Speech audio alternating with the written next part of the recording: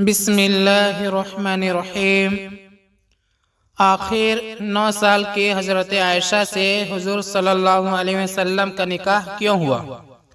دوستو، کچھ لوگ حضرت عائشہ اور حضور صلی اللہ علیہ وسلم کے نکاح پر اعتراض کرتے ہیں اور سوال اٹھاتے ہیں کہ حضرت عائشہ کا نکاح حضور صلی اللہ علیہ وسلم سے بہت چھوٹی عمر میں کیوں ہوا تھا۔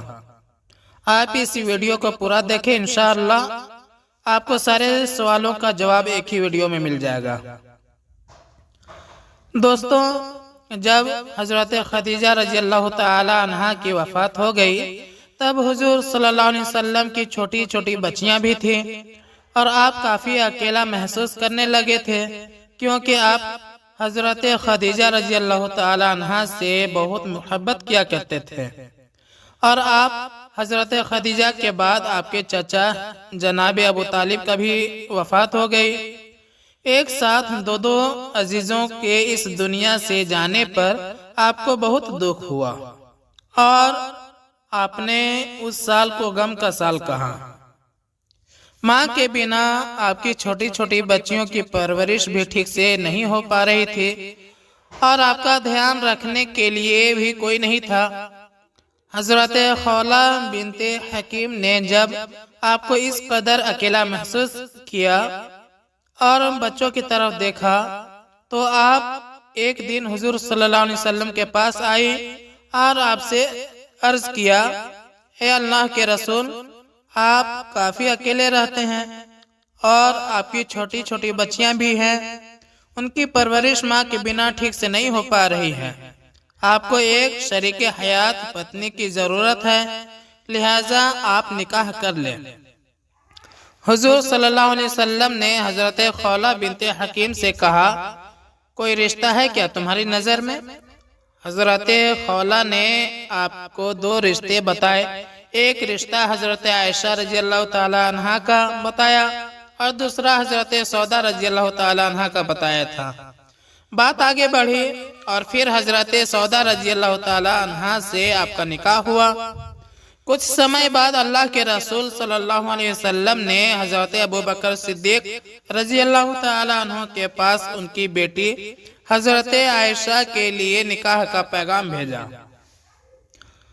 حضرت ابو بکر رضی اللہ تعالی عنہ نے آپ صلی اللہ علیہ وسلم سے کہا، لیکن حضور صلی اللہ علیہ وسلم، میں تو آپ کا بھائی ہوں نا، تو اس طرح تو عائشہ آپ کی بھتیجی ہے اور چچا بھتیجی کا نکاح ہو نہیں سکتا۔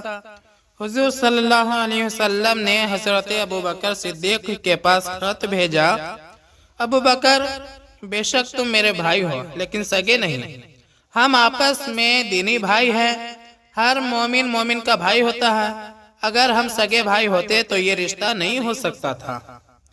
حضور صلی اللہ علیہ وسلم کی یہ بات سن کر حضرت ابو بکر رضی اللہ تعالیٰ عنہ تیار ہو گئے اور خود اپنی بیٹی عائشہ اور حضور صلی اللہ علیہ وسلم کا نکاح پڑھایا تھا، جس میں 500 درہم مہر طے ہوا اور بہت ہی سادگی کے ساتھ اللہ کے رسول صلی اللہ علیہ وسلم حضرت عائشہ رضی اللہ تعالیٰ عنہ کے ساتھ نکاح ہوا۔ حضرت عائشہ رضی اللہ تعالیٰ عنہ فرماتی ہیں کہ نکاح کے وقت میری عمر بہت کم تھی، لیکن رخصتی کے وقت میں سمجھدار تھی، کیونکہ اس وقت کے ہوا اور موسم کے حساب سے بچیاں بہت ہی کم عمر میں جوان دکھنے لگتی تھی، تو حضرت عائشہ رضی اللہ تعالیٰ عنہ کی جب وداعی ہوئی تو آپ سمجھدار ہو چکی تھی۔ اللہ کے رسول صلی اللہ علیہ وسلم کے ساتھ تقریباً 9 سال تک حضرت عائشہ بیوی کی حیثیت سے رہی۔ حضرت عائشہ رضی اللہ تعالی عنہ حضور صلی اللہ علیہ وسلم کی ہر ایک چیز کو، ہر چھوٹے سے چھوٹے کام کو بہت ہی باریکی سے نوٹ کرتی تھی۔ حضور صلی اللہ علیہ وسلم کس طرح سے اٹھتے ہیں، بیٹھتے ہیں، کیسے بات کرتے ہیں، کس طرح سے کھاتے ہیں، پیتے ہیں، حضور صلی اللہ علیہ وسلم اپنی بیویوں سے کس طرح سے پیش آیا کرتے ہیں، ہر چیز کو حضرت عائشہ رضی اللہ تعالیٰ عنہ دیکھتی اور نوٹ کرتی تھی۔ حضرت عائشہ کے سامنے حضور صلی اللہ علیہ وسلم پر پورا قرآن اترتا تھا۔ حضرت عائشہ ان آیتوں کو پڑھتی تھی، ان کی تفسیر کو بھی سمجھتی تھی۔ حضور صلی اللہ علیہ وسلم کی جو نجی زندگی تھی اس میں حضور صلی اللہ علیہ وسلم جو کرتے تھے اس کو امت تک پہنچانے کے لیے حضرت عائشہ صدیقہ کا بہت بڑا رول ہے۔ حضرت عائشہ رضی اللہ تعالی عنہ کے نکاح ہونے کے بعد وہ مکہ میں ہی رہا کرتی تھی، لیکن جب حضور صلی اللہ علیہ وسلم مدینہ ہجرت کر کے چلے گئے تو نکاح کے 3 سال بعد حضرت عائشہ رضی اللہ تعالی عنہ کو مدینہ بلوا لیا تھا۔ اس وقت آپ کافی سمجھدار ہو چکی تھی اور آپ کا دماغ بہت تیز تھا۔ حضرت عائشہ رضی اللہ تعالی عنہ بیان کرتی ہے کہ ایک بار مجھے تیز بخار آ گیا تھا جس سے میرے بال جھڑ گئے تھے اور کندھے تک ہی صرف اچھے بال بچے تھے۔ میں میری سہیلیوں کے ساتھ باہر جھولا جھول رہی تھی کہ میری ماں ام رومان مجھ کو پکڑ کر گھر کی طرف لے گئی اور انہوں نے میرا چہرہ اور میرے بالوں کو صاف کیا، اور اندر گھر میں انصار قبیلے کی عورتیں بیٹھی تھی۔ انہوں نے مجھے سجایا سنوارا اور مجھ سے کہا شادی مبارک ہو، اور مجھے دن کے وقت حضور صلی اللہ علیہ وسلم کے یہاں پہنچا دیا تھا۔ اس وقت میری عمر 9 سال کی تھی۔ چونکہ اس سمے میں 9 سال کی لڑکیاں اچھے کھان پان اور موسم کی ہوا سے اچھی خاصی جوان نظر آتی تھی اور شادی کے لائق ہو جاتی تھی۔ حضرت عائشہ رضی اللہ تعالی عنہ کی یہ بڑی فضیلت تھی کہ آپ رضی اللہ تعالی عنہ حضور صلی اللہ علیہ وسلم کے نکاح میں کنواری آئی تھی، اور آپ رضی اللہ تعالی عنہ حضور صلی اللہ علیہ وسلم کی سب بیویوں میں سب سے چھوٹی، سب سے کم عمر کی تھی۔ باقی اور بھی جو حضور صلی اللہ علیہ وسلم کی بیویاں تھی وہ یا تو طلاق شدہ تھی یا پھر بیوہ تھی۔ حضور صلی اللہ علیہ وسلم کی اور بیویاں حضور صلی اللہ علیہ وسلم سے عمر میں کافی بڑی تھی۔ اب بڑی عمر والی عورتوں کو اور جن کے چھوٹے چھوٹے بچے ہوتے ہیں ان کو زیادہ کچھ باتیں یاد نہیں رہتی اور نہیں زیادہ ان کے پاس وقت ہوتا ہے، کیونکہ ان کی مصروفیات زیادہ رہتی ہیں، تو اس وجہ سے ان سے حضور صلی اللہ علیہ وسلم کی زیادہ بات نہ ہو پاتی تھی۔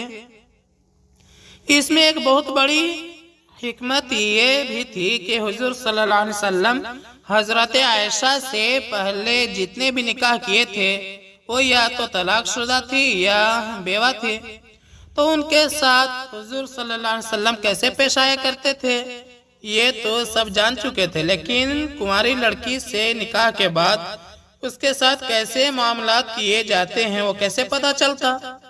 تو اس میں اللہ کی بہت بڑی حکمت تھی تاکہ ان کے بعد ان کے امتی جب کسی کنواری لڑکی سے نکاح کرے تو ان کے ساتھ کیسے پیش آنا ہے، وہ سارے مسائل وہ حضرت عائشہ رضی اللہ تعالی عنہ کو دیکھ کر سیکھا جا سکتا ہے۔ اللہ کے رسول صلی اللہ علیہ وسلم نے حضرت عائشہ کے بہت نخرے اور لاڈ اٹھائے اور آپ کو بہت ناز کے ساتھ رکھا تھا۔ حضور صلی اللہ علیہ وسلم حضرت خدیجہ کے بعد اگر کسی بیوی سے سب سے زیادہ محبت کیا کرتے تھے تو وہ حضرت عائشہ ہی ہے۔ حضرت عائشہ کے حضور صلی اللہ علیہ وسلم کے ساتھ بتائے ہوئے 9 سال ایک نوجوان لڑکے اور لڑکی کے لیے بہت ہی بڑا سبق ہے، ایک میاں بیوی کے لیے بہت بڑا سبق ہے۔ حضرت ابوبکر صدیق رضی اللہ تعالیٰ عنہ کو حسب و نسب کا علم تھا۔ حضرت عائشہ نے اپنے والد سے نسب کس کا خاندان کہاں جا کر ملتا ہے یہ علم بھی سیکھا تھا۔ حضرت ابوبکر صدیق رضی اللہ تعالیٰ عنہ شعر و شاعری کا بھی بہت شوق تھا اور آپ بہت اچھی شاعری کیا کرتے تھے۔ حضرت عائشہ نے اپنے والد سے شعر و شاعری کا بھی علم حاصل کیا اور آپ بھی عربک میں بہت اچھی شعر و شاعری کیا کرتی تھی۔ حضرت ابوبکر صدیق رضی اللہ تعالیٰ عنہ کو خواب کی تعبیر، سپنوں کا مطلب بتانے کا بھی علم تھا۔ حضرت عائشہ نے اپنے والد سے خوابوں کی تعبیر کا بھی علم سیکھا تھا۔ حضرت ابوبکر صدیق رضی اللہ تعالیٰ عنہ کے اندر ایک بہت ہی بڑا، آپ اسے فن کہہ لیجئے، کہ معاملات کو سلجھانے کی بہت بڑی خوبی تھی۔ جب کوئی بڑے سے بڑا مسئلہ الجھ جاتا تھا اور کسی کو اس کا کوئی حل نہ نکلتا تھا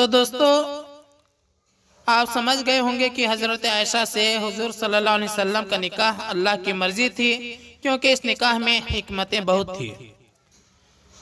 تو ایسے ہی دینی ویڈیو جاننے اور سننے کے لیے ہمارے چینل کو سبسکرائب کریں اور شیئر کریں اور صدقہ جاریہ کے مستحق بنیں۔